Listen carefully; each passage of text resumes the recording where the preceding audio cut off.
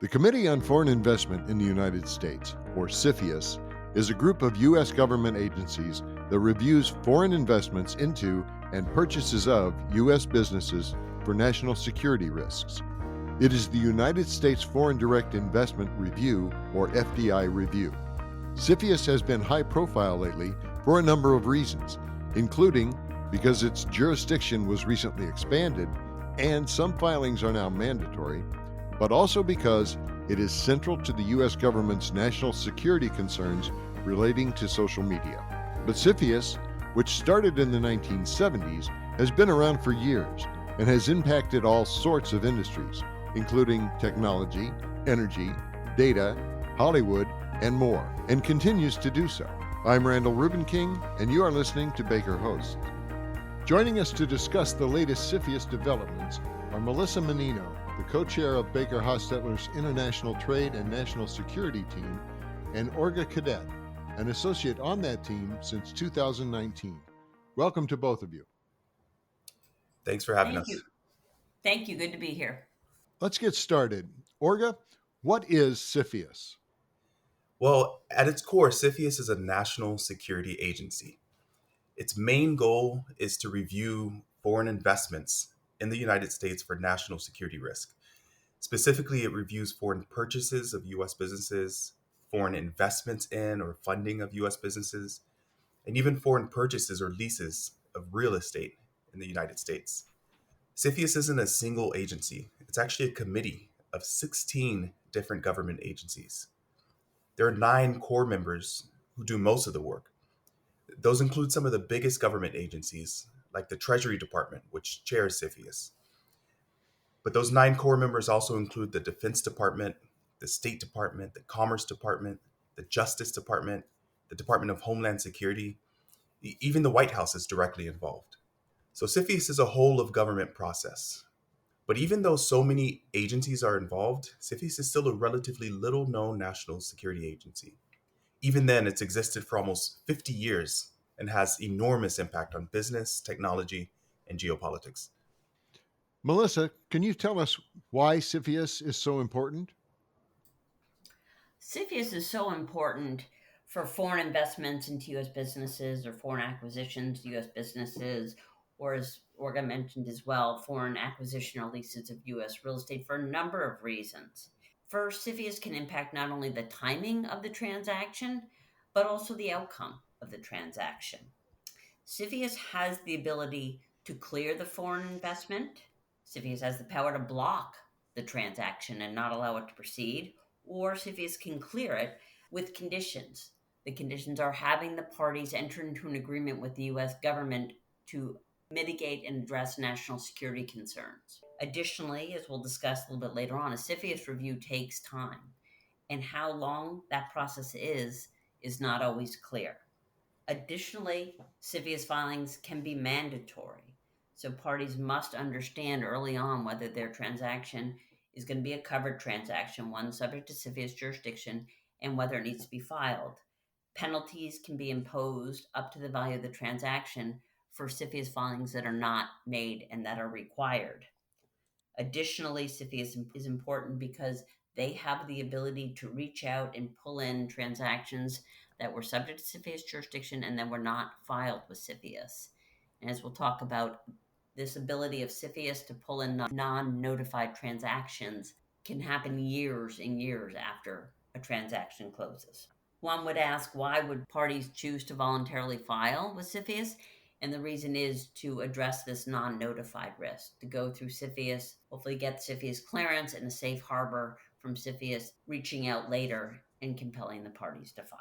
All right. Well, building on that, Melissa, what matters are subject to CFIUS jurisdiction or review? A lot of matters are subject to CFIUS jurisdiction or review.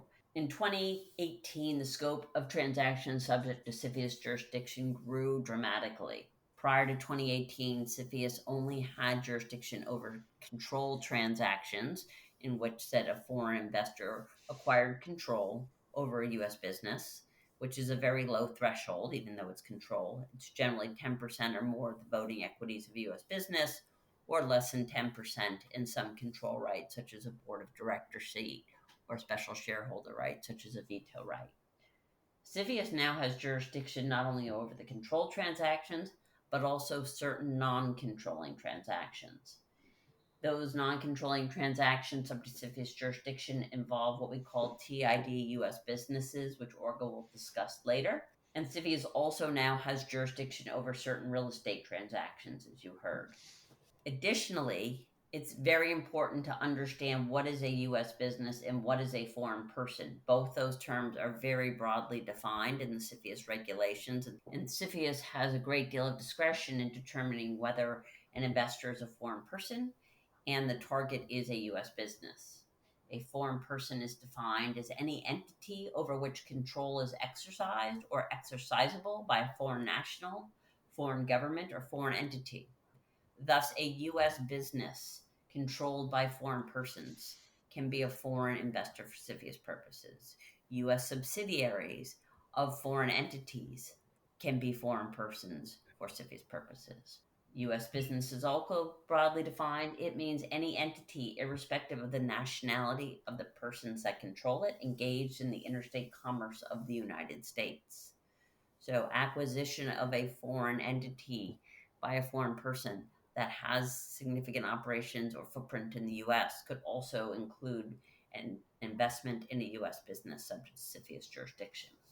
As I mentioned, parties also need to determine whether you have a mandatory or voluntary filing. So there are now instances where the parties do not have a choice whether to file. And now parties also have an option about how to proceed with filing with CFIUS. There's two different forms, a CFIUS declaration and a CFIUS notice. And Orga will discuss those and other details. There's a big difference between filing a CFIUS declaration, which is typically shorter, and a CFIUS notice, which is typically longer. Declarations involve a 30-day review process, which could either end up in CFIUS clearing the transaction at the end of the 30 days, which would be typically the best case scenario, or CFIUS could issue a letter stating that CFIUS is unable to clear the transaction. This is commonly known as a shrug letter and does not prevent CFIUS from coming back later to review the transaction again. And the third thing CFIUS could do essentially require the parties to submit a notice. Notices require more information for the initial filing, and instead of a 30-day review process, there's a 45-day initial review process, followed by potentially another 45-day investigation period. So notices can be a lot longer than declarations. The main benefit of a notice is that CFIUS must, at the end of the notice review and or investigation period, make a decision about whether to clear the transaction or attempt to block it or require some mitigation. How do you decide which filing to submit? Parties typically consider the timing, the costs, and risks that CFIUS might perceive. The timing of the filing can closely affect closing, which is a key part of a deal typically. Costs come into play because the longer a filing is, the more costs are involved, and notices involve a filing fee depending on the value of the transaction. And if CFIUS might perceive some national security risk, it might be best to file because CFIUS very well could come back later on in time and potentially require a filing and or require the unraveling of the transaction. How do you know what's a high risk deal? Many types of deals can be high risk. The deals most recently that CFIUS has viewed as high risk involve data such as social media apps, financial services, medical and healthcare services, energy such as wind farms, oil and gas companies, and high tech such as semiconductors, quantum technology, autonomous vehicles, drones, and anything in the space sector. If CFIUS wants to find a national security risk, typically it can find it. Orga, continuing with that, what kinds of deals does CFIA most focus on? There is no definition for national security in the CFIUS regulations. So CFIUS has wide latitude to determine what national security is. Typically, CFIUS takes a totality of the circumstances approach based on any threat posed by the buyer, for example, a Chinese buyer, any vulnerability based on the U.S. business's products and services, and potential consequences to national security if the buyer could exploit those vulnerabilities. There's a special category of U.S. businesses known in the CFIUS world as TID U.S. businesses. T stands for critical technology. I is for critical infrastructure, and D is for data, specifically sensitive personal data. Critical technology are various items that are subject to U.S. export controls, either because they're military items or items that can be used in a military context, even if they can also be used in a civil context. Critical technology can also include nuclear items and certain other technology. Critical infrastructure are a wide range of protected infrastructure, such as the electrical grid, oil and gas refineries, ports, and the water system. Sensitive personal data includes identifiable data on U.S. citizens, such as healthcare data, financial data, geolocation data, communications, and more. But beyond these TID U.S. businesses, CFIUS looks at a wide range of factors, like whether the U.S. business provides products or services to the U.S. government. So the types of deals that CFIUS is most focused on typically are those TID U.S. businesses, but they can also be much broader than that. All right, then. I wonder if each of you could give us an idea where you believe CFIUS is headed. Melissa? I believe that CFIUS's powers and authorities will continue to grow, and that we'll see more filings with CFIUS as CFIUS continues to grow its staff and increase its outreach for non-notified transactions. Indications of an increase in CFIUS's powers and authorities are illustrated by the executive order issued by President Biden in late 2022 on CFIUS. In it, the president directed CFIUS to focus not only on protecting the data of American persons from foreign persons, it also directed CFIUS to focus on international supply chains for U.S. businesses, repeated foreign investments into certain sectors of the U.S. economy, artificial intelligence, quantum computing, advanced clean energy, and climate adaptation technologies, and more. One of these that really sticks out to me, too, is the repeated foreign investments into certain sectors of the U.S. economy. This is particularly interesting as a CFIUS review is supposed to focus on the transaction before it. But with this directive, it's showing CFIUS to look again at the sector as a whole and what other potential investments are going to be there. One foreign investment could be impacted by other U.S. or other foreign investments into that same sector. There's also several bills working their way through Congress that would give CFIUS more authority, notably over agricultural related transactions, such as deals affecting U.S. farms and food processing facilities, as well as legislation that potentially gives CFIUS jurisdiction over greenfield investments, which would be foreign investments starting a new business in the U.S. And this is a small but important area that's currently outside the scope of CFIUS jurisdiction. So that would be significant for CFIUS to get jurisdiction over greenfield investments. Yeah, and I think we can expect CFIUS to conduct more and more outreach on transactions that were not notified to it. CFIUS officials have spoken publicly about being on a hiring spree to build up its capacity to identify such non-notified transactions. There are teams of analysts within CFIUS that scrub public press releases and SEC filings for news about foreign investments in the United States. They also rely on classified sources to learn about such foreign investments. And then they conduct outreach to some of those parties and potentially require them to file a notice or declaration with CFIUS. Also, this year, CFIUS released a report of its activities in 2022. It's required to release these reports on an annual basis, though Congress gets a classified report and the public receives an unclassified report. This year's report showed that in 2022, CFIUS's review of non-notified transactions became more effective because the percentage of non-notified transactions that CFIUS did outreach about resulted in a filing more than twice as often as it did in previous years. This year's annual report also revealed that CFIUS is requiring mitigation agreements twice as often for notices compared to previous years. And these mitigation agreements are designed to mitigate risks that CFIUS has identified with respect to national security. All right. Well, keeping in mind everything we've discussed, what would each of you recommend to parties in cross-border deals? Orga?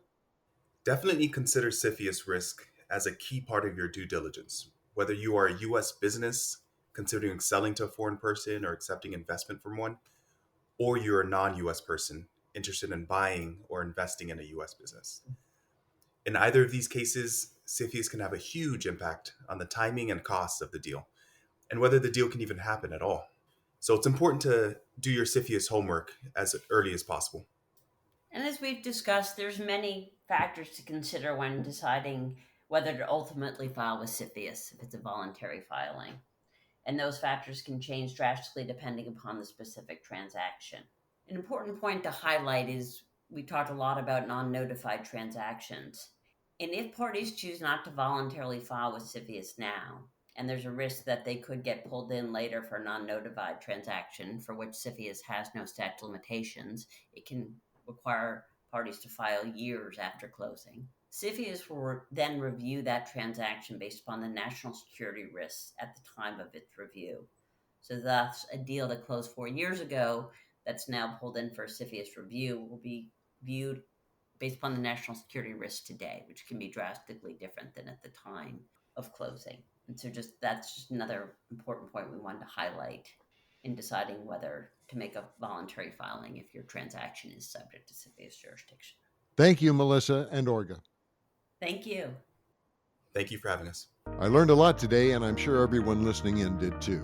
Thank you all for joining Baker Hosts. If you have any questions or comments, please feel free to email Melissa and/or Orga through their profiles available in the show notes or on the BakerHostetler website.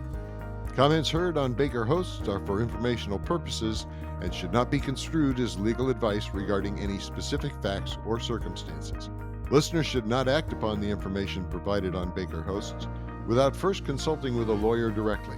The opinions expressed on Baker Hosts are those of participants appearing on the program and do not necessarily reflect those of the firm.